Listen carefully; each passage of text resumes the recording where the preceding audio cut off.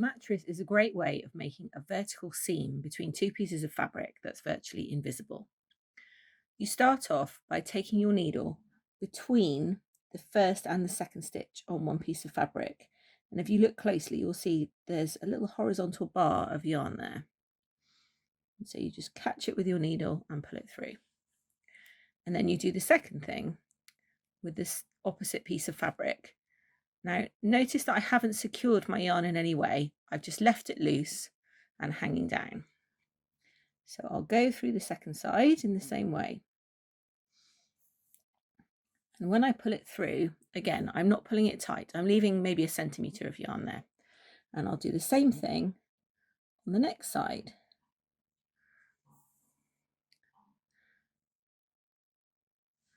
Again, just leaving a gap.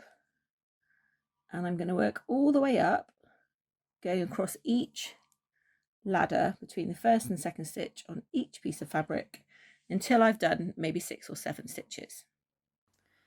So I've worked my stitches, I think that's about 7 there, and notice that I finished with my yarn on the opposite side to the corner that I started. And that's important because what you're going to do now is you're going to pull this piece of yarn and this piece of yarn at the same time, and you want them to be at opposite corners. So pull gently, go quite slowly, and what you'll find is that the seam has completely disappeared. This is why you didn't secure off the bottom end of your yarn.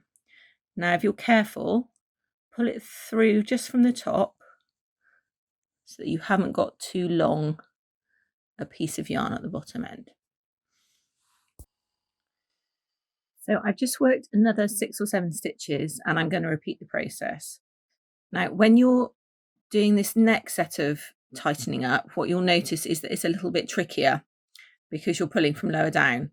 So you may want to pinch the bottom edge of the fabric with your thumb and forefinger and just pull from the top. Again, just go slowly.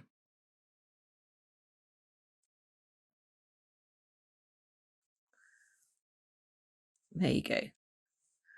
When you've completed your seam, you will actually secure off this end piece and you'll use it to join that final bottom pair of stitches together. So what I'm going to do now is complete the seam and then show you what it looks like when I'm finished. I've finished doing all my mattress stitching now, and I'm just going to pull up the last bit of the seam. So I'm going to put my needle through the very last stitch and then pull just like before. When you're pulling, it's important not to pull too hard because you can pull the whole thread of yarn out and then have to start all over again. And so at the top, there's still a tiny gap. And so what I'll do is I'll just take my needle back through the top cast off stitch and back into the same stitch on the other side and pull them tight. And that's now finished.